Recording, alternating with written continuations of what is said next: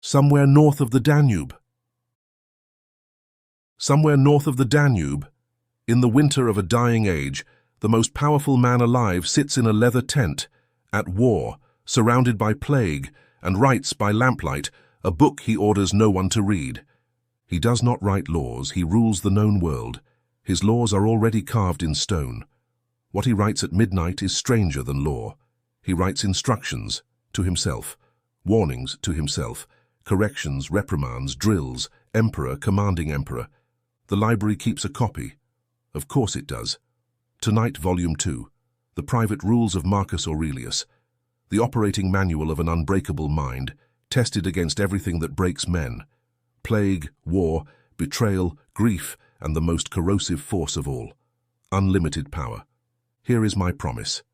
Within the first 3 entries you will hold the morning drill that armors a mind before the world can touch it. And by the final entry, you will know the one sentence this man used to end every argument he ever had with himself. It still works. It has worked for 18 centuries. The lamp is lit. Come in out of the wind. Understand what you are about to hear, because it is not a book. It was never a book. When Marcus Aurelius died, they found among his effects a stack of private notes written in Greek, not the Latin of empire, but the language of his teachers. No title, no introduction, no audience. Scholars later labeled it with the only honest name it ever had, ta eis hauten, to himself. The world calls it meditations, prints it in airport bookstores, and misses the point entirely. You are not reading philosophy. You are reading over the shoulder of a man performing surgery on his own mind, and never once looking up, because he does not know you are there. He would be appalled that you are there. That is precisely why it works. Published books perform. Private notebooks confess. Every rule you'll hear tonight was written by a man who needed it that same day. A man with armies deserting, a wife dying, a plague emptying his cities, and a son growing into something he could not fix. No theory survived in that tent, only what worked. Listen at night, headphones, let the rain on the canvas do its work. And if sleep takes you before the final entry, good. The library keeps your page, the tent will still be here tomorrow. If the algorithm carried you here or a friend pressed this into your hands, claim your key and subscribe. The library remembers who enters. Now, the first entry is the one he wrote most often, because it is the one the mind forgets fastest. He wrote it for the morning. We open at dawn. Entry 1, the dawn brief, Rome, some year of the war. Before the sun is up, before the generals and the petitions and the dispatches, the emperor takes his notebook and writes a sentence that no motivational poster would dare print. When you wake at dawn, tell yourself, today I will meet the meddling, the ungrateful, the arrogant, the deceitful, the envious, the rude. Read that again. The most powerful man on earth begins his day by promising himself a parade of difficult people. Not affirmations, not today will be wonderful. A weather report for human nature, delivered before the storm, on purpose. Because Marcus knew something we keep reproving in laboratories. The mind that expects fair weather is destroyed by rain, and the mind that briefed itself on rain walks through it dry. The entry continues, and this is the mechanism. They are this way because they cannot tell good from evil, but I have seen the nature of good, and the nature of the man who errs is kin to mine. I can neither be harmed by them, nor hate them. The morning brief is not pessimism. It is pre-forgiveness, anger, disarmed hours before the provocation is even born. 18 centuries later, a psychologist at New York University named Gabriele Oettingen spent 2 decades testing what actually happens when people visualize. The self-help industry had sold pure, positive fantasy for a century. See the success, feel the success, attract the success. Oettingen measured it. Result: pure positive visualization consistently drained motivation and performance. The brain, having enjoyed the success in advance, quietly stood down. What outperformed it, in study after study, weight loss, exam results, recovery, negotiation, was what she called mental contrasting. Hold the goal, then deliberately confront the obstacle. Wish, outcome, obstacle, plan. The champions of every field run the emperor's drill. They rehearse the difficulty until the difficulty is boring. The Stoics had a name for it centuries before Marcus: premeditatio malorum, the premeditation of evils. Seneca briefed himself before every journey. The shipwreck, the insult, the loss, spoken aloud in advance. Not to summon them, to shrink them. Nothing that has already happened in the mind arrives with full force in the world. From the field notes pinned to this entry, 2 sightings in daylight. Every elite military unit on Earth now trains by a principle called stress inoculation, exposure to the expected stressor in graduated doses before the real thing. Pilots die in simulators 100 times so that the cockpit alarm, when it comes, is a Tuesday. The morning brief is the civilian dose. Meet the rude colleague at 6 a.m. in your mind, and at 11 he is a rerun. And the negotiator's version: before any hard conversation, the professionals write down the 3 ugliest sentences the other side could say. Spoken first in your own head, those sentences lose their teeth. You've heard them already, you wrote them. Amateurs get ambushed by words, professionals get confirmed. One more instrument from the same drawer, because the boardrooms of the world have quietly adopted the emperor's mourning. The decision psychologist Gary Klein, hired to fix why smart teams walk into disasters, built a tool he called the pre-mortem, now standard practice at serious firms. Before launch, the team gathers and Klein poses one scenario. It is 1 year from now. The project has failed, completely. Write the history of the failure, not what could go wrong. The future tense flatters, the past tense confesses. Teams that can barely name 3 risks in a normal meeting produce 20 in a pre-mortem, because imagining the failure as already real unlocks exactly what the dawn brief unlocks. The mind stops defending the plan and starts reading the terrain. Klein reports the technique routinely surfaces the fatal flaw in minutes, the one everyone privately suspected and publicly withheld. And when the stakes were 250,000 miles from help, the same discipline saved 3 lives on live television. When an oxygen tank tore Apollo 13 open, Mission Control did not improvise a miracle. They retrieved one. For years, NASA's simulation supervisors had tortured flight controllers with engineered catastrophes, failed engines, dead computers, impossible power budgets, briefing dawn after dawn for mornings nobody wanted. When the real explosion came, controllers later said the room felt eerie. It resembled a simulation. The catastrophe had been pre-met. The panic had been spent in rehearsal, years in advance at no cost. That is the dawn brief at planetary scale, and the physics is identical at yours. The difficult client, met at 6 a.m. in your head, arrives at 11 already defeated. Tonight's protocol, the dawn brief, 4 steps, 90 seconds, before your feet touch the floor. 1. Name the arena. The 3 situations today most likely to test you. The meeting, the commute, the person. 2. Cast the difficult characters exactly as Marcus did. Today I will meet the impatient, the dismissive, the manipulative. Say it plainly. It is a forecast, not a curse. 3. Pre-forgive one of them in 1 sentence. They act from what they cannot see. This is the step that separates armor from armor plating. Anger cancelled before breakfast. 4. Choose your 1 non-negotiable. The single thing that will make today a victory even if every forecast comes true. 1 thing.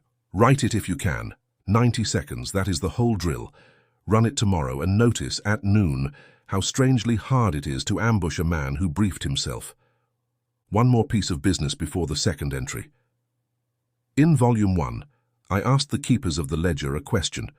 Would you rather be feared or ignored? The archivist read everything, and 1 answer earned its place in the archive. Its keeper knows who he is. The ledger of Volume 2 is open below. Tonight's words, if you're still with me. The journal is open. Sign it, and the library counts you among the keepers. But a briefed morning only armors you against the world's first move. The deeper entries begin where the world gets inside, at the exact point where an event becomes a wound. Marcus found that point. He wrote its location with the precision of a surgeon marking skin. That is the second entry. Entry 2, the judgment ledger. There is an entry in the journal so short it could fit on a coin, and so dangerous to every industry that profits from your suffering that it may be the most forbidden sentence in this library. Take away the judgment, I am harmed, and the harm is taken away. Sit with the mechanics of that. Marcus is not saying pretend it didn't happen. He is a Roman emperor at war. Denial gets legions killed. He is saying something surgical. Between the event and the wound there is a middleman, a judgment, a verdict your mind signs in a fraction of a second, and the wound cannot be issued without the signature. The insult happens in the world, the harm happens in the ledger. And you are the only clerk. He learned this from a slave. We opened that account in Volume 1, Epictetus, the crippled Greek whose lectures reached Marcus through his teacher Rusticus. In a copy the emperor thanks him for by name in the journal's first pages. The slave's original line was blunter. Men are disturbed not by things, but by their opinions about things. The emperor spent 30 years testing the slave's sentence against betrayal, plague, and the death of children. It held. 18 centuries later, it was tested again, this time on 500,000 patients.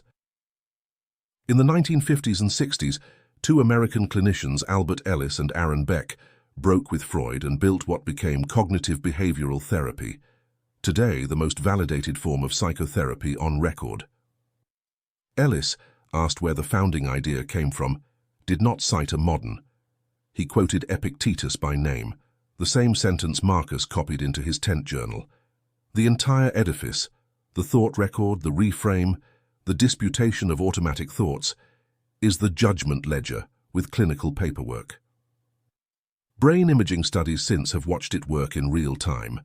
Subjects trained to reappraise, to rewrite the verdict on a disturbing image, show measurably damped amygdala response within seconds. The alarm doesn't have to be suppressed. Rejudged, it fails to fire. Understand what this entry is not, because the counterfeit is everywhere. This is not positive thinking. Marcus never writes that the plague is good, that betrayal is fine. He writes that the event is outside and the verdict is inside, and only one of the two was ever yours. Some verdicts should stand. Injustice is real, and the journal is full of a man acting against it. The discipline is that verdicts get written consciously by you, not auto-signed in the dark by fear wearing your signature. From the field notes, 2 sightings in daylight. Watch 2 employees receive the same 3-line email. Come see me before you leave. One writes the verdict I'm being fired and loses an afternoon of work, a night of sleep, and a measure of health. The other writes he needs something before deadline and loses nothing. Identical event. 2 ledgers. By evening one of them has been genuinely harmed, and no one did it to him. And the market's version, on the same red day, 10,000 holders of the same asset at the same price read the same chart. Half-right catastrophe, get me out and sell the bottom. Half-right sale, the plan says accumulate and buy from them. The chart harmed no one. The verdicts moved the money. The ledger's hardest audit on record belongs to a Viennese psychiatrist. In 1942, Viktor Frankl was deported with his family to the camps. By liberation, he had lost his father, mother, brother, and his pregnant wife. Inside, stripped in his own account of every possession, every status, every hair, he began observing the one variable the guards could not standardize, what the prisoners told themselves about what was happening to them. Same barracks, same ration, same cold, and radically different collapses and survivals. His conclusion, written into a book composed in 9 days after liberation, is the most extreme entry ever added to the emperor's ledger. Everything can be taken from a man but one thing, the last of the human freedoms, the choosing of one's own attitude in any given set of circumstances. Frankl watched men give away their last piece of bread. Proof, he said, that even there the verdict column remained sovereign. He did not claim the camp was survivable by attitude. He claimed something more precise and more forbidden, that between stimulus and response there remains a space, and in that space the man still signs. Note what this does to your own ledger's excuses. The clerk protests, this insult, this market, this diagnosis. Surely these sign themselves. The Vienna file answers, if the verdict column stayed open in Auschwitz, it is open in your inbox. The events are not comparable. The sovereignty is. Tonight's protocol, the judgment ledger, 4 steps. 1. Catch the clerk. Next time a surge hits, anger, dread, humiliation, say silently, A verdict was just signed. You will feel the strange half-second of space that sentence buys. That space is the whole game. 2. Split the page, left column, only what a camera would record. The words said, the number on the screen, the event. Right column, the verdict you wrote about it. Most people discover the left column is 2 lines and the right column is a novel. 3. Retry the case. Ask one question of the verdict. Would every reasonable man sign this? If not, draft the alternative verdict a calmer clerk would write. You don't have to believe it yet. Drafting it is enough to break the auto-signature. 4. Sign one deliberately. Choose the verdict that serves your plan and act on it once, today, while the feeling still argues. The feeling follows the action sooner than you think. That finding is Beck's and the Emperor's, and soon it will be yours. 5. At night, audit the ledger. One verdict I signed well, one I signed in the dark. 2 lines. The clerk improves fast under supervision, but some verdicts resist the desk entirely. They are too close, too hot, too yours. For those, the Emperor kept a different instrument in the tent, one that works not by rewriting the judgment, but by changing the size of the judge, and he called it looking from above, the entry 3, the view from above. There is a night somewhere in the Danube campaigns when the Emperor cannot sleep, and instead of counting grievances, he does something almost hallucinatory. He leaves the earth. The entry survives. Watch the courses of the stars as if you revolved with them. Think of the whole of substance, of how small your share, the whole of time, of how brief, almost momentary the slice marked for you. Elsewhere he drills it harder. Picture Asia and Europe as corners, armies, harvests, weddings, funerals, the same play, staged again and again in every age. See your city from high above, the market, the lawsuits, the triumphal parades, all of it the size of an anthill dispute. This is not escapism. Follow what the drill is for. The man writing it commands the anthill. His problems are the largest problems available to a human being of his century: succession, plague, war on 2 fronts. And his finding, written repeatedly, is that no problem survives altitude with its original mass. Grievance is a creature of close-up. Zoom out far enough, and the insult that filled the tent cannot even be located.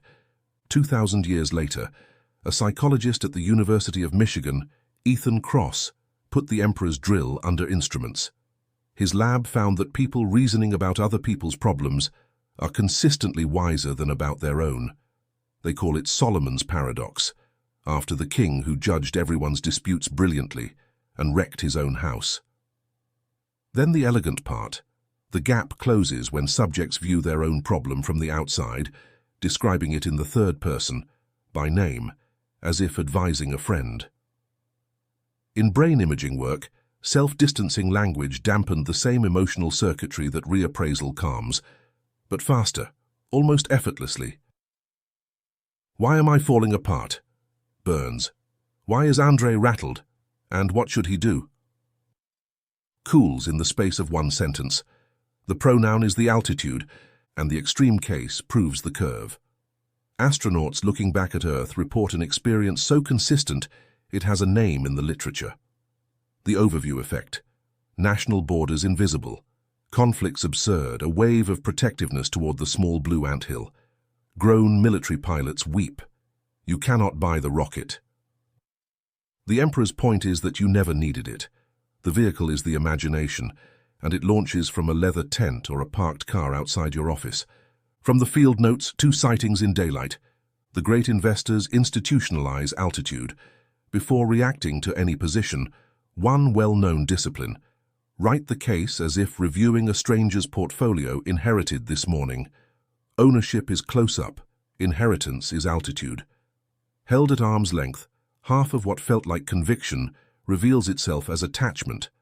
And attachment, the field notes of Volume 1 remind you, is the handle every manipulator reaches for. And the argument at home. Therapists teach couples a version called the fly-on-the-wall replay. Narrate last night's fight in the third person, both names, as a neutral witness would. Recorded sessions show the temperature drop mid-sentence. It is nearly impossible to scream a narration. The furthest anyone has ever taken the Emperor's drill happened on Valentine's Day, 1990. As Voyager 1 crossed the orbit of Neptune, the astronomer Carl Sagan persuaded NASA to spin the departing spacecraft around for one last photograph of Earth, from 6 billion kilometers. In the frame that came back, the planet is less than a pixel, a pale blue point suspended in a shaft of scattered sunlight. Sagan then wrote the view from above in modern prose, and it reads like a lost page of the journal. Every emperor and peasant, every war, every love story, every superstar and supreme leader, resident on a mote of dust. Think, he said, of the rivers of blood spilled so that some general might become momentary master of a fraction of a dot. Marcus, from his tent, had run the identical calculation without the spacecraft. All of Europe and Asia, he wrote, a corner of the world. The present, a point. And we, arriving and departing on it in a breath. 2 watches, 18 centuries apart, 1 instrument, and 1 practical output. Because the point of the pale blue dot, Sagan insisted, was never despair. It was the instant repricing of every grievance on the ledger. The colleague who slighted you this morning is on the dot. The deadline is on the dot. From 6 billion kilometers, or from the Emperor's midnight orbit among the stars, the only things that keep their size are the things you'd still defend at that distance, the people, the work, the character. Everything else was close up all along. Tonight's protocol, the view from above, 4 steps. 1. When gripped, gain altitude in stages, spoken silently like a camera pulling back. This room, this building, the city grid at night, the coastline, the dark side of the planet, 1 lit hemisphere and somewhere on it, a man with a problem the size of a pixel, 30 seconds minimum height. 2. Switch pronouns at cruising altitude. State the problem once in the third person, your own name attached. What should that man do here? Answer as you would for a brother. Cross's data says the wisdom arrives with the grammar. 3. Run the Emperor's time-lapse. This exact dispute, staged in Alexandria 18 centuries ago, staged again in a century you won't see. Same play, other actors. What survived of theirs? What will survive of yours? Act on what survives. 4. Descend on purpose. Altitude is for verdicts, not for living. Come back down with the one action the view made obvious, and do it at ground level, where actions live. If this library has earned its lamp oil 3 entries in, press the like. It tells the machines the tent deserves finding. Last thing I'll ask of you tonight. Now, dawn brief, ledger, altitude, the defensive arts. But the journal's most famous entry is not defense. It is the strangest sentence a man at war ever wrote about the things blocking his path, and the reason this volume sits on the same shelf as the laws of power. He wrote that the obstacle is fuel. Entry 4, the obstacle entry. Somewhere in the middle books of the journal, between notes on plague logistics and the ingratitude of courtiers, sits the sentence that built 1,000 fortunes and won wars its author never saw. The impediment to action advances action. What stands in the way becomes the way. Written not by a winner on a podium, written by a man losing legions to disease faster than to the enemy, losing his co-emperor, dead on the road home, losing the treasury, the harvests, eventually the succession. If the sentence were decoration, that tent would have burned it. It survived because it is not decoration. It is an operating instruction, and it has 2 moving parts most quoters miss. Part 1. Every obstacle carries information found nowhere else. The blocked road is the only map of where the roads actually are. Part 2. The harder part. The obstacle recruits capacities that comfort never calls up. The Emperor's own education proves it. Marcus was a bookish, frail boy who wanted a philosopher's quiet life. He wrote openly of dreading the throne. The throne came anyway, with 20 years of war attached. And the war, this is the point, is what forged the philosophy. No Danube, no journal. The impediment to the quiet life became the greatest work of the quiet mind. 2 millennia later, psychology caught up and gave the mechanism a name. In the 1990s, researchers Richard Tedeschi and Lawrence Calhoun, studying survivors of the worst events measurable, bereavement, disaster, diagnosis, kept finding something the trauma literature had no box for. A majority reported, alongside the pain, specific gains, deeper relationships, recalibrated priorities, a sturdier sense of what they could survive. They called it post-traumatic growth, and it replicated across cultures and decades. Not compensation, construction. The obstacle had built structure that ease could not. The finding comes with an honest asterisk. Growth is not automatic, and it is not owed. It tracks precisely the behaviors the journal drills, reframing the verdict, extracting the instruction, acting on it. The obstacle is raw material. The processing is yours, and from the field notes, 2 sightings in daylight. Business history is a museum of this entry. The famous case, a young company loses its biggest client, catastrophe, and, forced to survive without the anchor, builds the diversified base that makes it unkillable in the next recession, which destroys the competitors who kept their anchor clients. Ask the founders a decade later, and they use the emperor's grammar without knowing it. Losing that client was the best thing that ever happened to us. The obstacle was the way, it just invoiced first and paid later. And the gym is the entry in miniature, literally. Muscle grows only against resistance. The weight that blocks the lift is the only thing that builds the lifter. Every man who trains already believes the obstacle entry from the neck down. The journal's whole argument is, apply the same physics above the neck. The laboratory version of the entry has a product code. In 1968, a chemist at a company called 3M, named Spencer Silver, was assigned to invent a stronger adhesive, and failed thoroughly. What he produced was the opposite, a weak glue that barely held and peeled off without a trace. A failed compound by every metric in the assignment.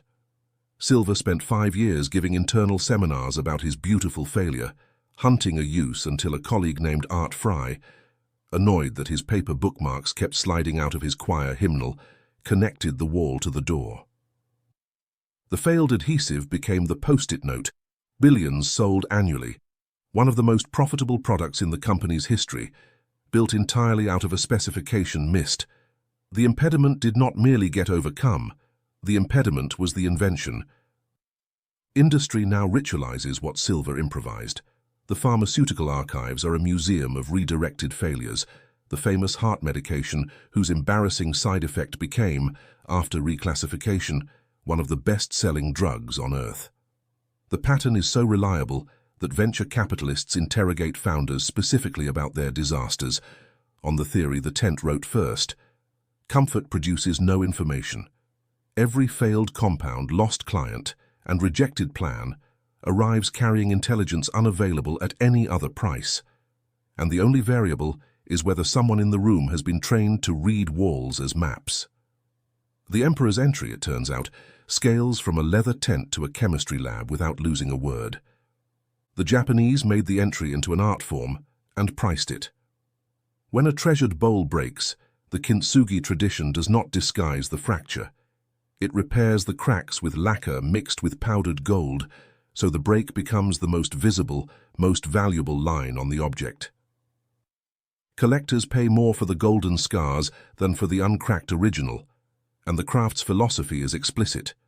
The damage is not the end of the object's history. It is the event that made the object singular. 18 centuries earlier, a man in a tent wrote the same aesthetic as strategy. The fracture lines of a life, read correctly, repaired deliberately, are not what disqualify the vessel. They are the gold. Tonight's protocol, the obstacle entry, 4 steps. 1. Name today's wall in one plain sentence, no adjectives. The client left. The knee is injured. The visa was refused. Verdict free, camera only. You learned this desk in entry 2.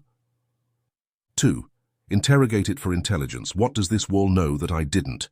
Every rejection is unpaid consulting. Extract the report before you burn the letter. 3. Ask the recruitment question. What capacity is this obstacle hiring in me? Patience, salesmanship, a second skill, a harder no. Write the job title down. Obstacles are employers in disguise. 4. Take the wall's road once today. One concrete action that exists only because the plan failed. That action is the entry made flesh, the impediment, advancing the action. 5. File it.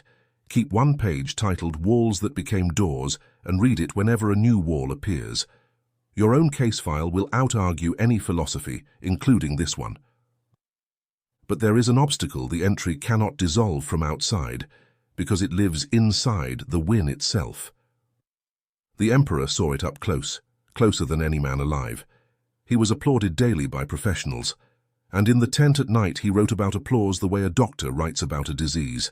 Entry 5, the applause of tongues. Picture the scene the journal was written against. When Marcus rode through Rome, a city of 1 million people performed its love. Senators competed in praise. Crowds roared on cue. Statues of his face went up while he was still using the face. And at night the most praised man in the world wrote this: "What is fame? The clapping of tongues." Elsewhere, colder. Those who will remember you are men who will be dead in a moment themselves. The whole chain of memory is a relay of the perishing. And the killing question, drilled entry after entry: why does the opinion of a man you would not take advice from govern your peace? Hold that question. It is the sharpest blade in the journal. We accept verdicts on our worth from people whose judgment we would never hire for anything else. Strangers, colleagues we don't respect, crowds we've never met. The emperor's audit was brutal. List the people whose applause moves you. Now ask of each, would I take this man's counsel on how to live? If not, Marcus writes, his praise and his blame are the same sound. Tongues clapping. 18 centuries later, the clapping was digitized and put in a scanner.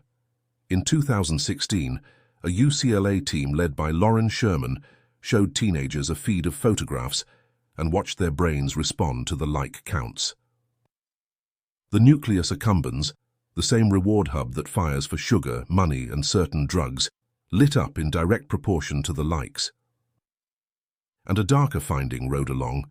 The same photograph was judged better when the displayed count was higher. The applause didn't just reward the subjects, it rewrote their eyes. Volume 1's mirrored room, now installed in every pocket, running every waking hour, calibrated by engineers whose quarterly targets depend on the clapping never stopping. Marcus never saw a phone. He saw the mechanism perfectly. Fame, he wrote, makes a man a tenant of other minds, housed in opinions he cannot inspect, evicted without notice. The alternative he drilled is not obscurity. He was, after all, emperor, and did the job in public. The alternative is a different landlord. Does the work meet the standard I set before the crowd arrived? Applause as weather, sometimes pleasant, never navigation. From the field notes, 2 sightings in daylight. Watch a creator with a decade of skill delete a piece of work an hour after posting. Not because it was wrong, but because the count was slow. The work hadn't changed. The clapping had. That deletion is a tenant's eviction notice, self-served. The professionals you actually admire run the emperor's landlord clause. They define the standard before publishing and let the count be weather. And the corporate version, entire careers steered by the room's murmur, the project chosen because it demos well, the honest risk avoided because applause is quarterly. Ask the retired what they regret, and the answer is rarely a failure. It is the decades of tenancy. In 2013, the applause was put through a controlled experiment by the one person wealthy enough in it to run the test honestly.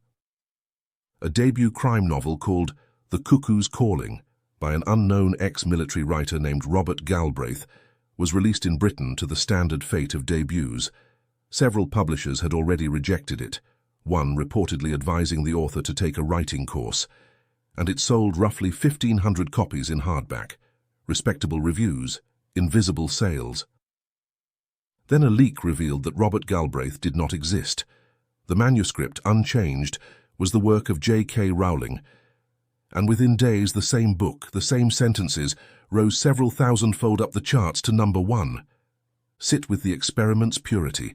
Not one word improved between obscurity and triumph. The clapping was never measuring the pages. It was measuring the name, the displayed like count of literature, exactly as the UCLA scanner predicted. The same photograph, judged better when the number beside it is bigger. Rowling later called those unmasked weeks a liberation. Work judged briefly, with her name off the door. The emperor would have recognized the maneuver instantly. He too ran his life's real work anonymously, in a notebook with the byline stripped. where no tongue could clap. The lesson for your own ledger is uncomfortable and freeing in equal measure. Whatever applause you are receiving, and whatever silence, a portion of it, perhaps the majority, is addressed to the name, the title, the count. The pre-crowd standard is the only reviewer reading the actual pages. Tonight's protocol, the applause audit. 4 steps. 1. Write the jury list. The 5 people whose opinion of you actually moves your behavior. Real names. This list runs your life. You should at least know who is on it. 2. Apply the counsel test to each name. Would I take this person's advice on how to live? Strike everyone who fails. Most juries shrink by half. Whoever survives, those opinions are data. Treat the rest as weather. 3. Set the pre-crowd standard on your current work, in writing before it ships. This is done well, if blank. Then judge completion against the sentence, not the count. 4. Run 1 applause fast per week. Publish, deliver, or perform something. And do not check the response for 24 hours. The itch you feel at hour 2 is the accumbens, asking for its sugar. Naming it is already freedom. 5. Redirect the craving once. When the pull to check arrives, do 60 seconds of the actual work instead. The craving is real. The landlord decides what it buys. But applause is only the pleasant half of other people. The journal's hardest pages are about the other half, the ones who lie, obstruct, and betray.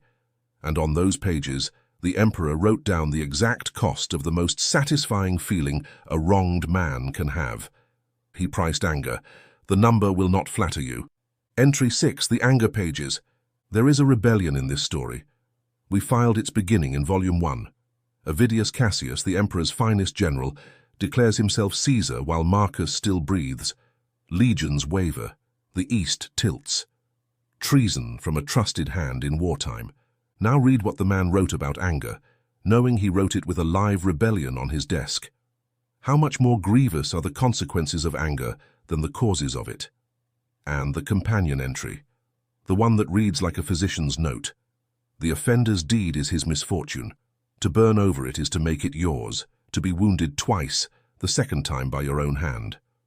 Marcus's response to Cassius, you'll remember, was to proceed unprovocable, grief instead of rage, plans unchanged, and the rebellion starved on the vine. Ancient sources add the detail the anger pages predict. When conspirators sent the general's severed head as tribute, the emperor turned away and ordered it buried with honor. He refused delivery of the revenge. He had already priced it. The price is the entry's genius, because for 20 centuries the counter-argument sounded scientific. Anger must go somewhere. Bottle it and it bursts. Vent it and you're cleansed. Catharsis. Freud dressed the idea in theory. The culture furnished it with punching bags, and in 2002 a psychologist named Brad Bushman finally weighed it. Subjects were insulted by a rigged partner, then split. One group hit a punching bag while thinking about the insulter. One group sat quietly. Then everyone got the chance to blast their insulter with noise. The venters, the cleansed, the released, were consistently more aggressive, not less.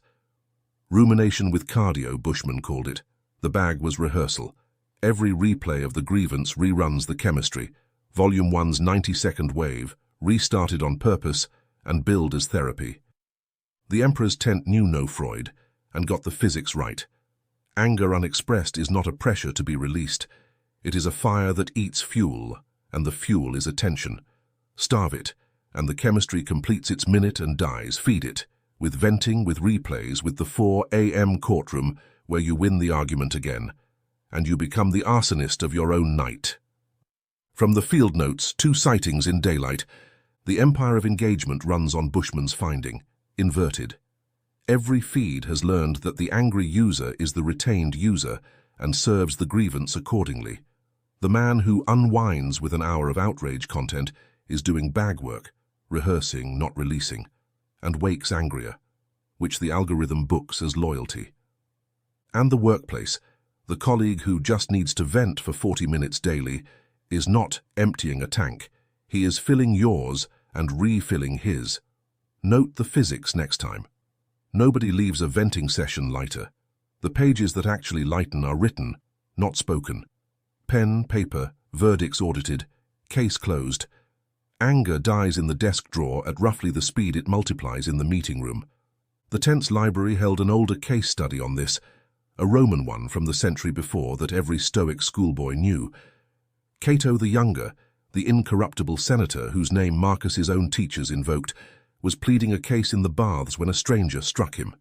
Not a tap. The sources say a blow. By the code of Roman honor, this demanded escalation. A suit, a feud, blood. When the man, discovering whom he had hit, came to apologize and brace for ruin, Cato delivered the most expensive sentence available to him. I do not even remember being struck. Feel the ledger arithmetic inside that line. An apology accepted still keeps the account open, debtor and creditor, bound by the incident forever. Cato closed the account by refusing to register the deposit. Seneca, recording the story in his treatise on anger, drew out the principle: it is the mark of greatness not to notice the blow. The injury exists fully only when it is received, itemized, and stored. The insult you decline to warehouse costs you no rent. And Seneca's treatise adds the physician's detail, the modern venting studies rediscovered.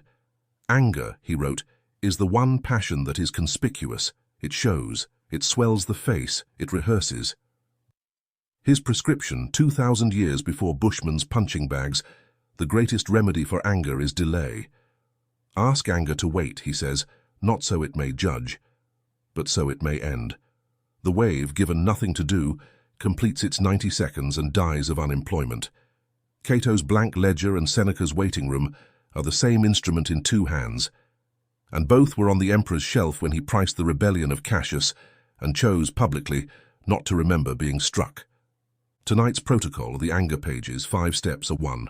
Honor the wave at the flash, 90 seconds, clock visible if possible. No words, no keys, no verdicts. You are not suppressing, you are letting chemistry finish a lap. 2. Price it the emperor's way, 1 question. What will this anger cost, itemized? The sleep, the standing, the counter moves it hands my opponent. Anger survives vagueness. It rarely survives an invoice. 3. Write, don't vent. 2 columns from entry 2. The camera's facts, the clerk's verdicts. Then 1 line. The offender's deed belongs to him. My response belongs to me. Fold the page. That fold is the bagwork replaced.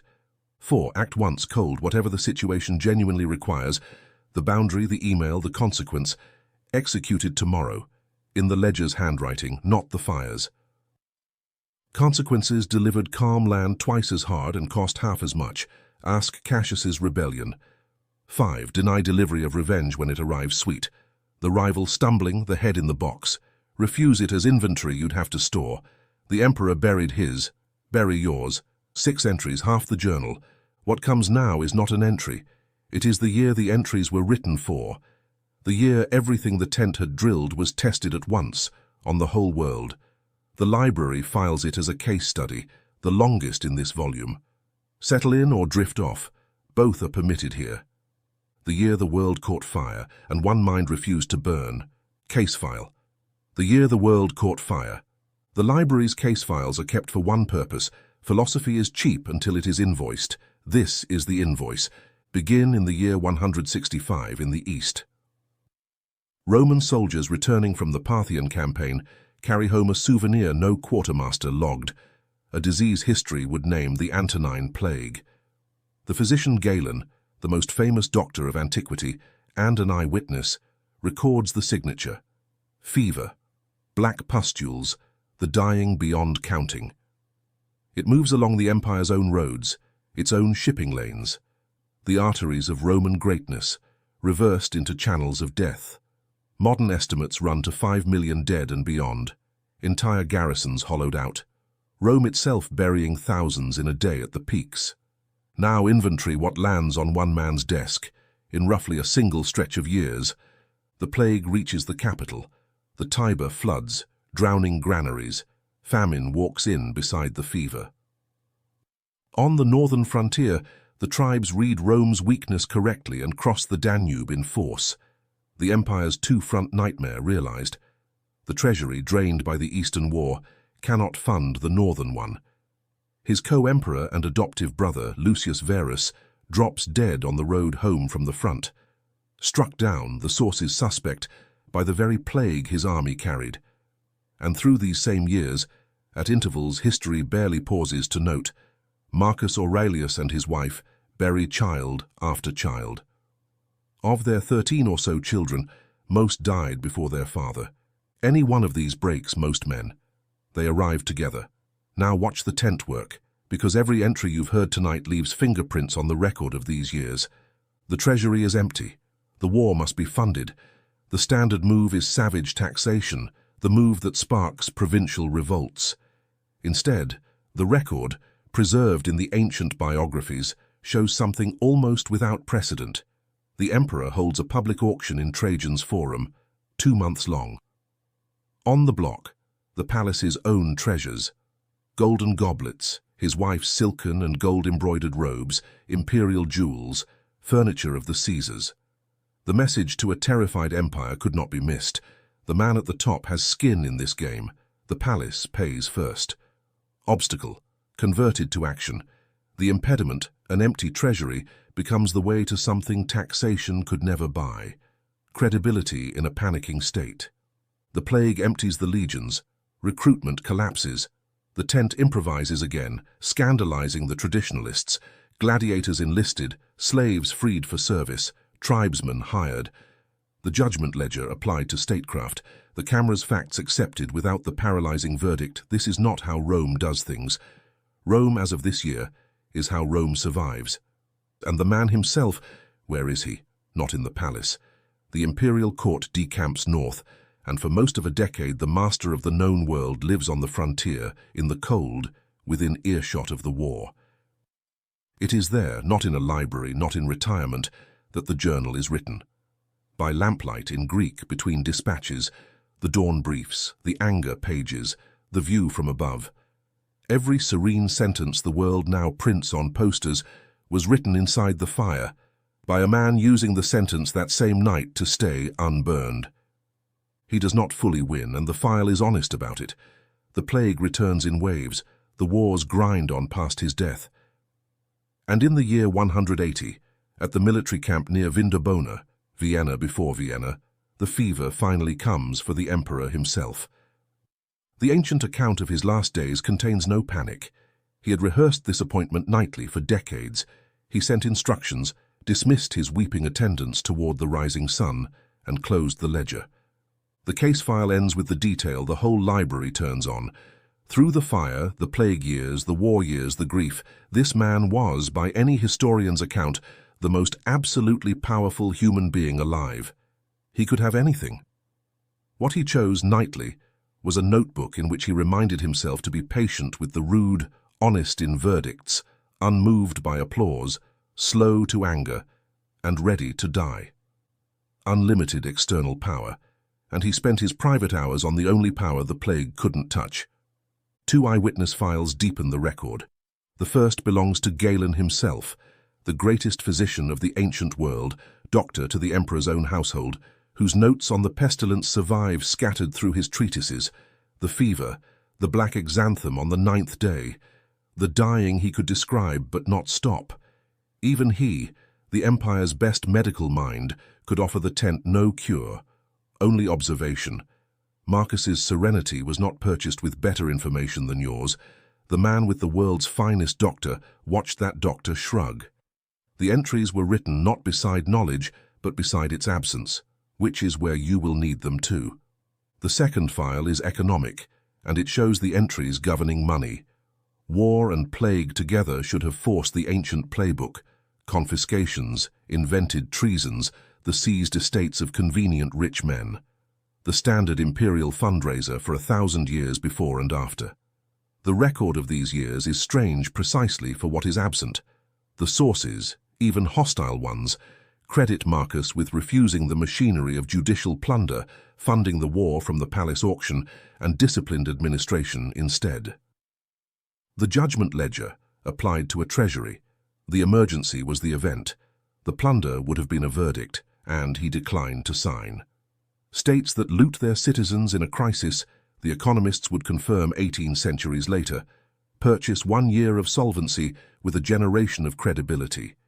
He kept the credibility. The empire bleeding from every artery held, and the file keeps, because the library keeps honest files, the one defeat. Marcus Aurelius could rule his verdicts, his mournings, his anger, and his dying, and could not rule the character of his own son. Commodus, raised by the best men of the age, tutored at the elbow of philosophy itself, inherited the throne, and became one of Rome's disgraces. The emperor who fought as a gladiator and renamed the months after himself, undoing in years what the tent had held together for decades. The historian's verdict on the father runs through this wound. The one appointment he could not premeditate, the one obstacle that never became a way. The journal itself had already written the audit, coldly in advance. You may guide, you may teach, you may love. The outcome sits on the far side of the line, in the country of things not up to you. He did the portion. The rest did what the rest does. If the entries promised control of outcomes, this file would burn them. They promised something smaller and unbreakable, control of the man doing the portion. And the record shows even a broken succession could not take that from him. Hold alongside these one private ledger line, easy to miss in the imperial noise. Through these same years, the journal never once records self-pity. Search its pages, historians have, for a single sentence of why me. It does not exist. The nearest entry runs the other direction. How fortunate, he writes after some disaster, that this happened to me, for I remain unharmed by it, neither crushed by the present, nor afraid of the future. And then the clerk's correction, in his own hand. Such a thing could have happened to any man. Not every man could have remained unharmed by it. That is the entire volume, in 2 sentences, written by its own author, in the middle of the fire it describes. If your eyes are closing, let them close on that. The remaining entries are the deep shelf, the pages about death, mourning, solitude, and the last sentence of all, the one that ends every argument. The library keeps your page, and we continue quieter now. Entry 7, the last time entry. Among the tense pages there is an instruction so out of place in an emperor's handwriting that first-time readers assume a copying error. It says, "You could leave life right now.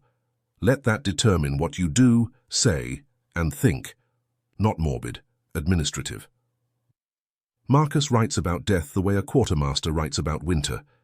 An appointment on the calendar whose date is smudged, to be provisioned for, not argued with. The drill appears in a dozen variations. Perform each act as if it were your last. Think of the men who forgot death and what their forgetting bought them. You are a soldier on posting. The recall order can arrive any hour. The Romans had compressed it to 2 words long before him, memento mori. Remember that you die. Triumphant generals parading in glory paid a slave to stand at their shoulder and whisper it through the applause. The whisper was not there to spoil the triumph, it was there to make the triumph weigh something. Here is the mechanism and then the laboratory. A resource without limits has no price. This is Volume 1's economics, and it governs time most of all. The man who feels immortal spends his hours the way a lottery winner spends coins, on grievances, on scrolling, on postponements, rich in a currency he has never once counted. The last time entry forces the count, and counted time reprices everything in the room.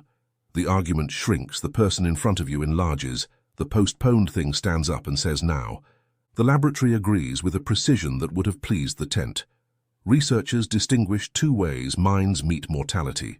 Abstract dread, death as concept kept at arm's length, triggers defensiveness. Status grasping, tribalism, denial. The literature calls it terror management, and it is the mismanaged version. But structured personal reflection, the death reflection studies where subjects walk through their own last day in concrete detail, produces the opposite signature. Measurably higher gratitude, sharper priorities, more generosity. And a related line of findings runs the drill in miniature. Students told to savor their remaining weeks as if scarce, counting them, treating ordinary walks as nearly last, reported significantly higher well-being than controls living the same weeks uncounted. Scarcity, honestly faced, is not a thief. It is the appraiser. From the field notes, 2 sightings in daylight. The hospice archive is the entry written by other hands. Palliative workers who record the regrets of the dying report the same short list, decade after decade. I worked too much for people I didn't love. I never said the thing. I lived the life expected, not mine. Notice the grammar. Every regret is a postponement, and every postponement was funded by the same counterfeit currency, the assumption of more time. No one regrets the counted hours, and the parent's arithmetic, which circulates now as a viral shock but is pure last-time entry. If your child is 8 and leaves at 18, and you truly have them, present, undistracted, a few hours a week, run the multiplication. The number that comes out is not a feeling. It is an inventory. Men rearrange whole careers within a month of doing that arithmetic honestly. The entry's most watched modern performance ran 12 minutes on a graduation stage. In 2005, at Stanford, a man then at the height of rebuilding one of the largest companies on earth told the graduates his operating system, and it was the tense verbatim in spirit. For 33 years, Steve Jobs said, he had looked in the mirror each morning and asked, "If today were the last day of my life, would I want to do what I am about to do?" And whenever the answer ran no too many days in a row, he knew something had to change. Then he told them why the drill had teeth. He had been diagnosed the year before with pancreatic cancer and given, for one long day, a death sentence later commuted by surgery. "Remembering that you will die," he said, "is the best tool I have ever encountered for making the big choices, because almost everything, all external expectation, all pride, all fear of embarrassment or failure, falls away in the face of death, leaving only what is truly important." Note the mechanism he named, because it is the entry's engine. Death is not motivational garnish. It is a solvent for other people's opinions. The applause of tongues dissolved on contact. The man quoting mirrors on that stage had 6 years left. The speech now has 100 million views, most of them arriving, the analytics say, late at night, from people lying in the dark, doing the same arithmetic you're doing now. The mirror question costs 5 seconds.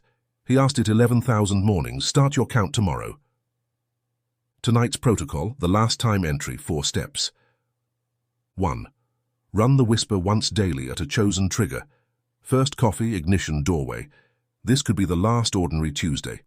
Act accordingly. 5 seconds. The Romans hired a slave. You have a doorframe. 2. Do one thing as a last time deliberately. Tonight's dinner. The call with your mother. The walk, narrated internally as if it closes the series. Watch attention arrive like a rehired employee. That attention was always available.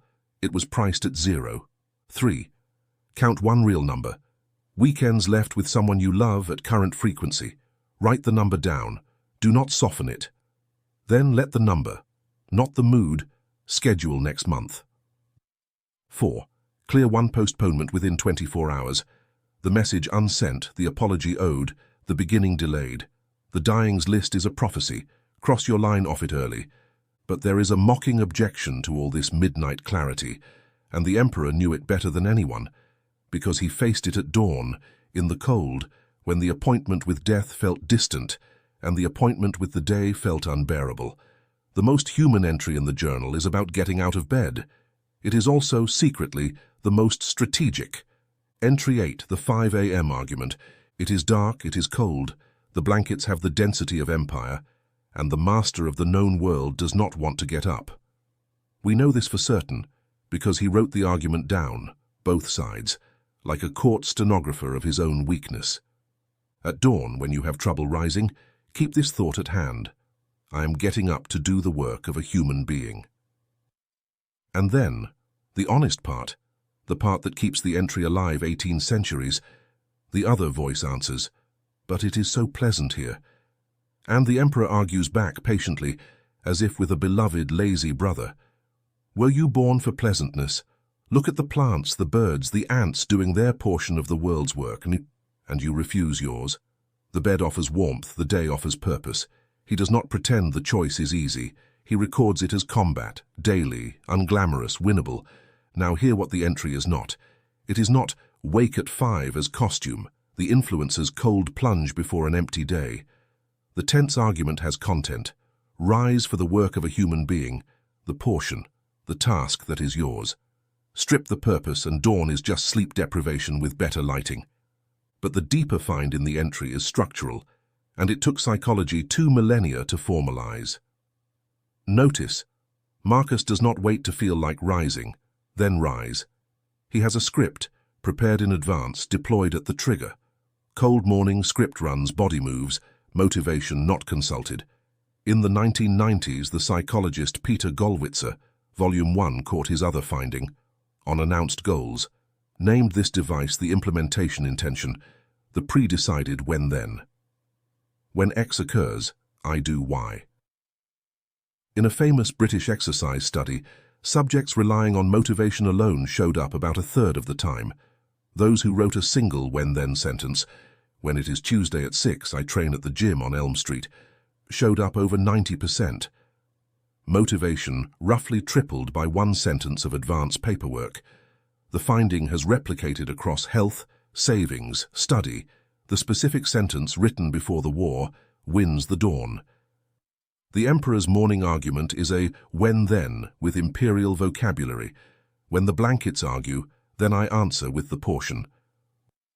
From the field notes, 2 sightings in daylight. Ask any elite athlete about 5 a.m. and listen for the tell. They never describe deciding. The decision predates the alarm by years. Mornings execute a standing order. The amateur relitigates the case daily. Cold courtroom, eloquent blankets, and loses on the days that matter. The professional abolished the courtroom. There is nothing to decide at 5. Deciding happens at 5 p.m. once in writing. And the corporate citing in reverse. Watch what meetings without a decided agenda become. The when arrives, no then exists, and the strongest voice in the room supplies one. A morning without a standing order works identically. The phone supplies the agenda, and you execute someone else's when-then before your feet are warm. The scroll is not weakness, it is an implementation intention. Theirs. The military found the same lever and issued it as doctrine. Admiral William McRaven, the officer who commanded the SEAL teams, and later put it in the most shared commencement speech ever given in Texas. If you want to change the world, start by making your bed. The internet took it as folk wisdom. The mechanism underneath is precision engineered. The made bed is the day's first executed standing order, trivial by design, unmissable by design. And it books the first win before the mind's parliament has even convened to debate the day. One task completed, McRaven said, turns into another, and another. And on the days that collapse entirely, you come home to one piece of evidence that discipline existed today and will exist tomorrow. In the teams, he noted, the bed was inspected in training not because generals care about corners, because the man who executes small standing orders under misery is the man whose large ones survive contact. The finding generalizes with unnerving reliability. Habit researchers call them keystone behaviors, single small routines, the made bed, the packed gym bag, the 10-minute walk at 7, that statistically drag chains of unrelated disciplines behind them. The mechanism is identity arithmetic, the same votes we will count in the final entry. Each dawn execution is a ballot for the self that executes. The emperor cast his ballot with a notebook page before sunrise, the admiral with hospital corners. You may use the floor, the bed, or the first cold minute of the shower. The instrument is interchangeable. The election is not. Tonight's protocol, the 5 a.m. argument, 5 steps. 1. Write the standing order tonight, 1 sentence, when-then grammar. When the alarm sounds, then I sit up, feet on floor, before the first thought completes. The floor is the whole battle. Win the floor. 2. Attach the portion. Tonight, name tomorrow's work of a human being. The one task that justifies the rising. The body obeys purpose faster than discipline. Give it the purpose in advance. 3. Pre-argue the blankets the emperor's way. Write their best line. 5 more minutes changes nothing. And your answer once. At dawn, you are not debating. You are quoting. 4. Stage the physics. Phone charging across the room. Clothes laid out. Curtain cracked. Marcus had a tent and a war for staging. You must build your own Danube. 5. Score only attendance for 30 days. Rose on the order or didn't. No quality grades. The court reconvenes the moment you grade. Attendance starves it. Yet even a man who wins every dawn discovers the day itself has 1,000 mouths, voices, pings, petitions, the roar of other minds. The emperor was the single most in-demand human of his age.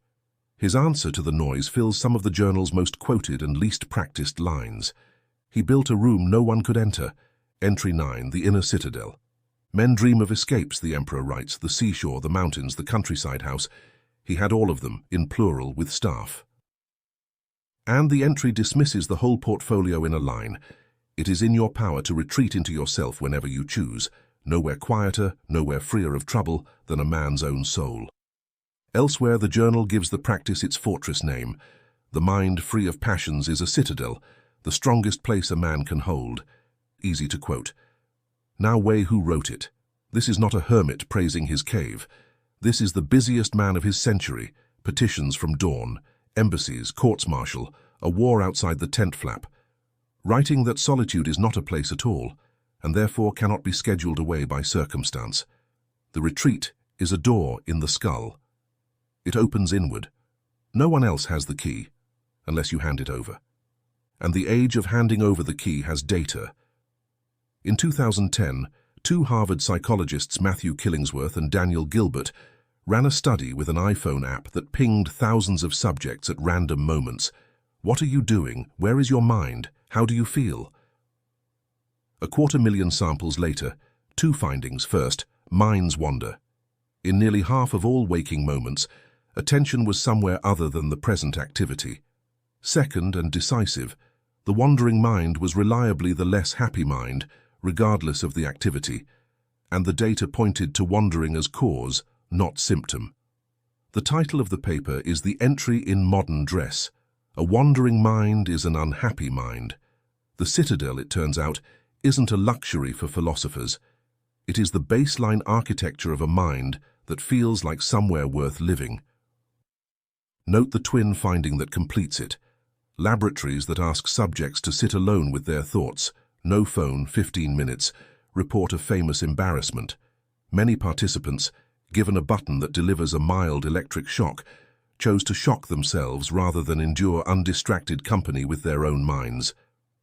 The citadel of most modern men is not occupied, it is avoided, and every avoidance hands the key to whichever noise bids highest.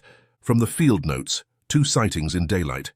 The highest performing minds in open society all keep a version of the citadel hour and describe it in fortress terms. The investors' empty calendar blocks defended like meetings with a president. The writer's phoneless morning room.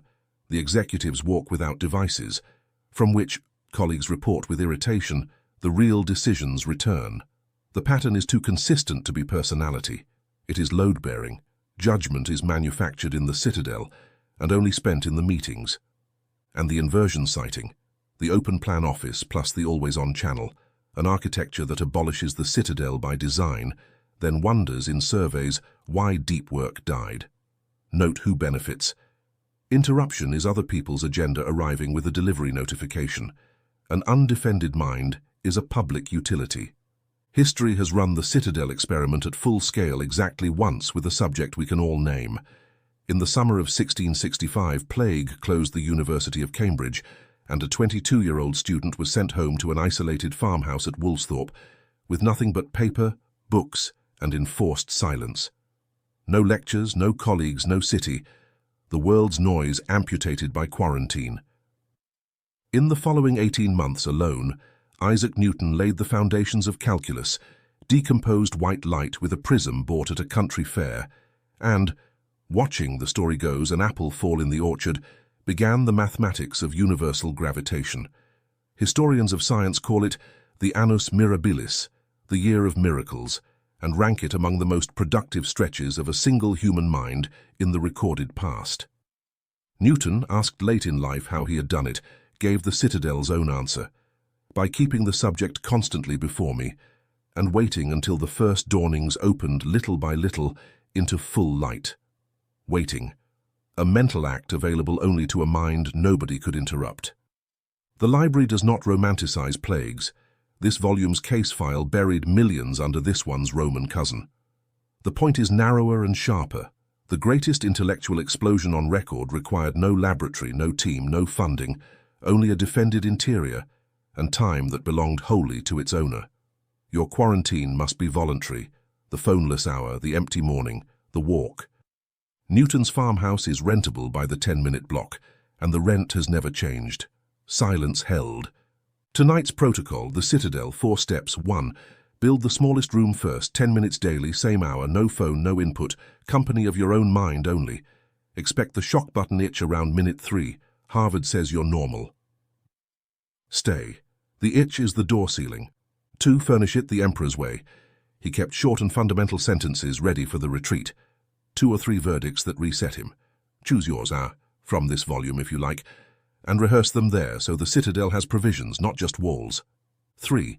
Cut 1 channel's key. Identify the noise source with the worst ratio of urgency claimed to importance delivered, a group chat, a notification class, and revoke its real-time access permanently. The Citadel is defined by what cannot enter uninvited. 4. Retreat tactically once per day in the field, before answering the hard email, before the meeting where you'll be pressed. 60 seconds inside, 1 fundamental sentence, then out. Marcus between petitions, not Marcus on a mountain. That is the whole art. Inside the Citadel, though, a man meets the one population he cannot revoke access from. The people of his life.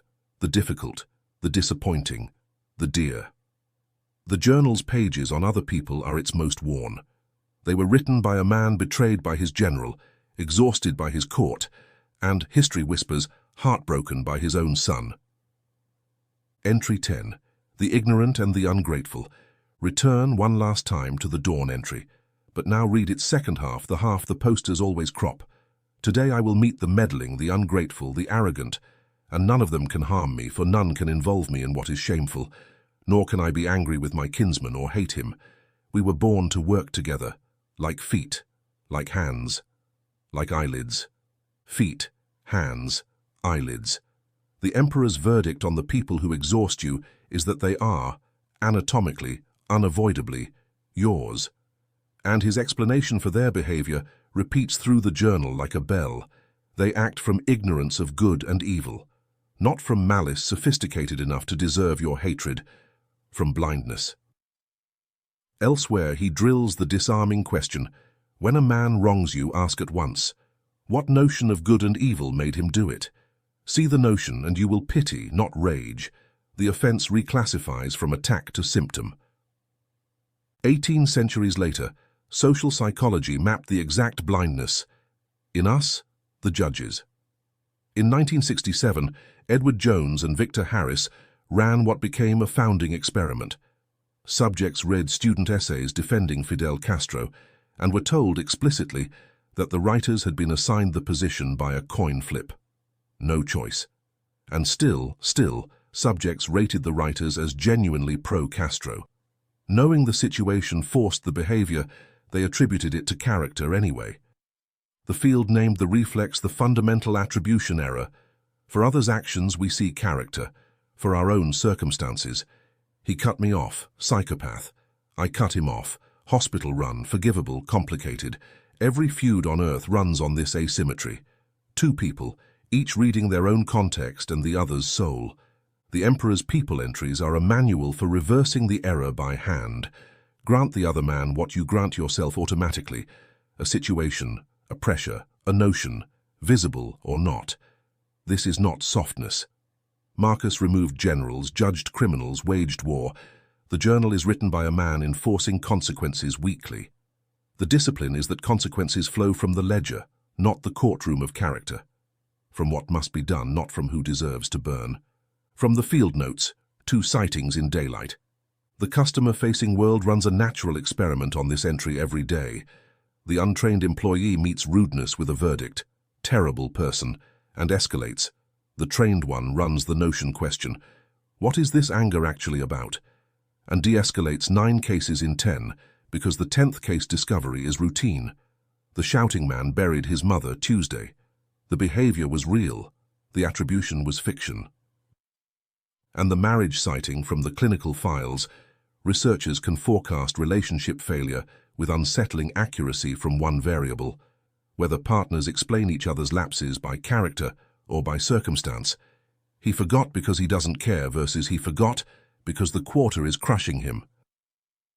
Same lapse, two trajectories. The attribution, not the forgetting, predicts the divorce.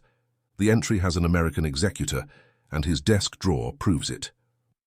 In July 1863, in the furious hours after Gettysburg, Abraham Lincoln learned that General Meade had let Lee's beaten army escape south across the Potomac, prolonging in Lincoln's arithmetic the war by months and the dead by tens of thousands.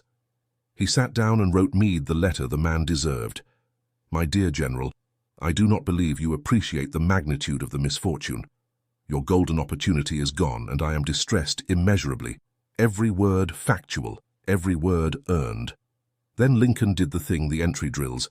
He imagined the letter arriving at the tent of an exhausted commander who had held the line for 3 days, buried his friends, and acted on the caution that looked from inside his situation like prudence. The letter was found after Lincoln's death in his papers, with the inscription, "Never sent, never signed." Historians opening that drawer found a stack of them, the unsent letters, hot as the day they were written, mailed to no one. Lincoln had built a private instrument with 2 moving parts you already own, the anger pages, fully written, fully honest, and the kinsman audit run before the envelope. The verdict on the deed stood. Meade had erred. The verdict on the man was tried again in the light of his situation, and mercy won on the evidence, not on softness. The general kept his command, the war kept its commander, and the letter kept the anger permanently at a desk that could hold it. Write yours tonight if you must. The drawer is the send button that history recommends. Tonight's protocol, the kinsman audit, 4 steps. 1. At the next offense, run the emperor's question before any verdict. What notion, what pressure, fear, or blindness produced this? You don't need the right answer. Generating any situational hypothesis breaks the character reflex. 2. Apply the mirror clause. Recall the last time you did something similar. You have, everyone has, and note the excuse you granted yourself. Extend that exact credit, once deliberately. 3. Separate the account from the person. Decide consequences by the ledger. What does the situation require? And deliver them without the character speech. The boundary lands harder without the sermon attached. Volume 1's anger pages price the sermon. 4. Keep one eyelid sentence for the daily small frictions. We were born to work together. Feet, hands, eyelids. Say it silently at the DMV. It is absurd how well it works, and yet even a man patient with all mankind can lose the day inside his own skull, refighting yesterday and pre-fighting tomorrow. The journal's cure for that is its narrowest gate and its most quoted mercy. Entry 11. The narrow gate. The entry reads like a man throwing ballast from a sinking boat. Do not disturb yourself by picturing your whole life at once. Do not stack the winters ahead, the wars ahead, the griefs ahead into one unliftable weight. Ask instead, what is there in this right now that cannot be borne? And the answer, he notes with a soldier's bluntness, will embarrass you. This hour is bearable. It is almost always bearable. What breaks men is never the hour. It is the imagined tonnage of all hours summoned at once. The companion entry gives the arithmetic. Each of us lives only this brief, indivisible instant. The past is closed, audited, filed, beyond reach. The future is not yours yet, and may never be. What remains, the entirety of what is actually legally yours to spend, is the width of now. The emperor at war, with every reason to live in dreadful futures, drilled himself back to the narrow gate nightly. Rome was not saved in advance, it was saved hour by a man refusing to fight battles that had not arrived. The laboratories filed their agreement under a clinical name, rumination. The psychologist Susan Nolan Hoxhamer spent a career tracking what repetitive dwelling, past replay, future rehearsal, does to a mind, and the findings are among the most robust in the field. Rumination doesn't just accompany depression and anxiety, it predicts them, prolongs them, and converts bad events into long illnesses. The replay feels like problem-solving. Measured, it is the opposite. It narrows thinking, paralyzes action, and reruns the 90-second chemistry of Volume 1 in a loop with no exit. And recall the Harvard phone ping study from the Citadel entry. The wandering mind, wandering overwhelmingly into past and future, was the unhappy mind. The narrow gate is not poetry. It is the only door with daylight behind it. From the field notes, 2 sightings in daylight. Every endurance discipline teaches gate narrowing under other names because nothing else survives contact. The ultra-marathoner who thinks 60 more kilometers stops. The one who thinks to that tree finishes. The mountaineer's rule, summit thoughts kill on the wall. The wall permits only the next hold. Men crossing genuine catastrophe, treatment, bankruptcy, grief, report the same discovery in the same words. The hole was unbearable, so I stopped lifting the hole. I did the morning, then the afternoon. The gate held. And the reverse sighting from the productivity graveyard. The project never started because it was pictured entire. The book as 400 pages instead of tonight's 1. The business as a decade instead of 1 phone call. Stacked futures crush beginnings as efficiently as stacked griefs. The gate works both directions. Suffering shrinks through it, but so does ambition into something that can actually be done today, which is the only place ambition ever becomes real. The gate has been load-tested at civilization scale by the least philosophical institution imaginable, a fellowship of drunks. When Alcoholics Anonymous condensed its method into slogans in the 1930s, the one that survived every translation and every decade was 4 words, 1 day at a time. Not because members lacked ambition for the years, because the founders had discovered, empirically, on the hardest behavioral problem medicine had ever failed at, that the years are unliftable and the day is not. A man who cannot promise a lifetime of sobriety, and no honest addict can almost always finish today sober. 24 hours became the unit of the possible.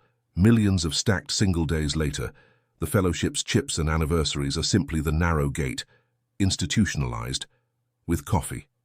Sports science arrived at the same door with stopwatches. The marathoner Eliud Kipchoge, asked how a man runs the distance no human had run in under 2 hours, gave an answer of almost insulting simplicity. You do not run 2 hours, you run the kilometer you are in. His coaches confirm the drill is literal. The race is decomposed into segments, each with its own pace, its own hydration, its own completion, and the mind is forbidden the whole. The finish line, visualized too early, sends its bill to the legs. Corporate turnarounds, cancer protocols, debt payoffs, every field that deals in unbearable totals rediscovers the same engineering. The whole is a fact for the planner and a poison for the performer. Plan in years, perform in hours. The gate is narrow because narrow is the only width a human being actually fits through. Tonight's protocol, the narrow gate, 4 steps. 1. When the wait arrives, ask the emperor's question aloud. What is there in this hour that cannot be borne? Answer honestly. In 18 centuries of asking, the honest answer has almost never been, nothing can. 2. Confiscate the stacked tonnage. Say, I am fighting battles that have not arrived. Name one that has. Fight that one. The others have not filed papers. They get no court date. 3. Shrink the next step below resistance. Not the book, the page, not the reconciliation, the message, not the comeback, today's training. If it still feels heavy, halve it again. The gate has no minimum width. 4. Close the day's account at night. Volume 1's evening ledger. What went badly, what went well, what remains.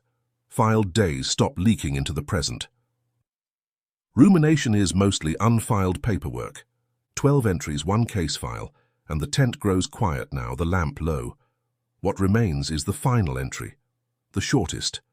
The one sentence the emperor used to end every argument he ever had with himself. And the reason this journal of all the books power ever produced was the one the library could not leave sealed. Entry 12, the final entry. Somewhere late in the journal, the campaigns grinding, the body failing, the ink perhaps rationed, Marcus Aurelius writes the sentence that closes the whole book, and every book like it. Waste no more time arguing what a good man should be. Be one. Feel the door shut in that sentence. It is written by philosophy's most powerful patron against philosophy, against his own beloved habit of midnight definitions, against the seminar that never ends, against, if we are honest, every volume in this library, including the one now closing in your ears. 18 centuries before the self-improvement industry, the emperor identified its trap. The studying of virtue can become the most respectable method ever invented for postponing it. The argument about the good man is warm, flattering, endless. Being one is available immediately, tonight, and that is exactly what makes the argument preferable. Everything in the journal folds into this final grammar. The dawn brief exists so the day can be lived, not theorized. The ledger, the altitude, the anger pages, instruments, worthless in the case, priceless in the hand. Marcus's own teachers pointed there from the start. He thanks Rusticus, in the journal's opening pages, for teaching him to leave rhetoric and return to the plain doing of the thing. And the modern laboratories, having spent this whole volume agreeing with the tent, agree once more at the end. Identity, the psychologists find, follows behavior far more than it leads it. Each performed act a vote, in the brain's own bookkeeping, for the kind of man who performs it. You do not think your way into being one. You act the votes in, one ordinary Tuesday at a time. The Greeks had the word before Rome existed, not knowledge of virtue, praxis, the done thing. Open the journal's first book, and the final entry's method is already there, hiding as gratitude. Book 1 is nothing but a ledger of debts. From my grandfather, good morals and the government of my temper. From my mother, piety and simplicity. From Rusticus, the reminder to leave rhetoric alone. From Apollonius, freedom of will and undeviating steadiness. And, the longest account in the book, from his adoptive father, the Emperor Antoninus, the working of the docket without vanity. The same man in crisis and in comfort, the ability to stop the applause with a gesture and hear the case. Notice what Marcus does not thank anyone for. Arguments, definitions, doctrines, 16 names, and beside each one, a behavior he watched, admired, and copied. The greatest treatise on character ever written opens by confessing that character is not reasoned into being. It is apprenticed, action by observed action from models. He did not argue his way to being one. He watched good men and voted with their ballots until the ballots were his. Science, having agreed with the tent all night, files its last exhibit here. In 1972, the psychologist Darrell Bem advanced a theory so simple it embarrassed the field. Self-perception theory. We learn who we are substantially the way strangers would, by watching what we do. The traditional arrow ran belief to behavior. Bem measured the reverse arrow, behavior to belief, and decades of experiments confirmed its force. Subjects induced to act generous rate themselves kinder afterward, and give more next time. The identity is not the architect of the action. Astonishingly often, it is the archive. And the archive method has a famous ledger. A young Philadelphia printer named Benjamin Franklin, despairing, his words, of arguments about virtue, built a checkbook instead. 13 virtues, a page each, a black mark for every daily violation. One virtue given special focus per week, the whole cycle repeated 4 times a year. He kept the little book for decades and credited it, in his autobiography, with whatever consistency his character achieved, while noting with the honesty of a true auditor that he never once completed a clean week. The instrument did not require perfection, it required attendance. Marks, made daily, by a man who had stopped debating goodness and started counting it. So the library will not detain you with a final theory. The final entry's protocol is one step, and you already know it. Choose the smallest good act available to you tomorrow. The apology, the training, the hour given whole to someone you love, the work done to the pre-crowd standard. And do it without announcing it, without journaling it, without arguing its definition. Then do the next one. That is the entire secret the most powerful man in the world wrote to himself in a leather tent, at war, by lamplight, while the world caught fire around him. He did not conquer his mind by winning arguments with it. He simply nightly outvoted it. The entries once through before the lamp, brief the dawn, meet the difficult in advance, disarmed. Audit the verdicts. No harm without your signature. Take the altitude. No grievance survives it. Convert the wall. The impediment advances. Discount the applause. Tongues clapping. Keep your own standard. Price the anger. Dearer than its cause. Starve it at the desk. Remember the year of fire. Serenity is forged inside, never beside. Count the hours. The last time entry reprices everything. Win the floor at dawn. The order was signed last night. Hold the Citadel. 10 minutes, no keys surrendered. Credit the kinsman. Notion before verdict. Feet, hands, eyelids. Narrow the gate. This hour is bearable. Fight only battles that have arrived. And when all of it blurs, keep the final entry whole. Waste no more time arguing. Be one. This volume rewards a second listening. The entry you needed most is the one you slept through, and the emperor of all men would find that fitting. Your page is kept. If the ledger is open below, you know tonight's words. The journal is open. And bring one soul with you next time. Someone carrying a heavy hour who doesn't yet know about the gate. Volume 3 is already on the lectern. The detachment code, the art of letting them. The strangest discovery in the library's shelves, that the fastest way to lose a thing is to grip it, that indifference can be a form of power, and that 2 of the shortest words in the language, let them, unlock more locked doors than any key we have catalogued. We open it next.